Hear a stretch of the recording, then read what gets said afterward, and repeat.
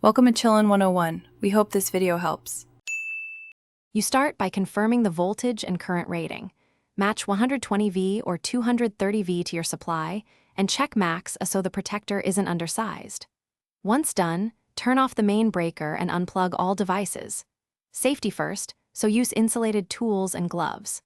Next, position the protector at the outlet or inside the distribution box according to the instructions, and secure it using mounting screws. Make sure grounding is accessible. A proper earth connection is essential for surge routing and reliable protection. Now you wire live, neutral, and earth.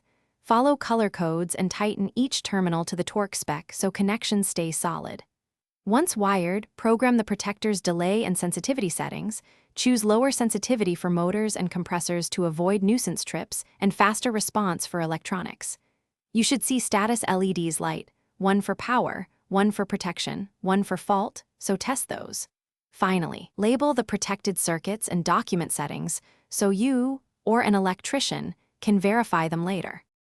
Finish by restoring power and running a controlled test using representative loads.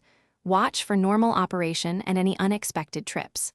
Once done, check all LEDs and measured voltages. A steady green means protected, while red or blinking signals a fault. If a trip occurs, isolate the affected circuit, then recheck wiring, terminal torque, and earth continuity. Loose neutrals or poor grounding are common causes. Keep spare fuses or replacement modules, and note the installation date for future inspections so protection stays reliable.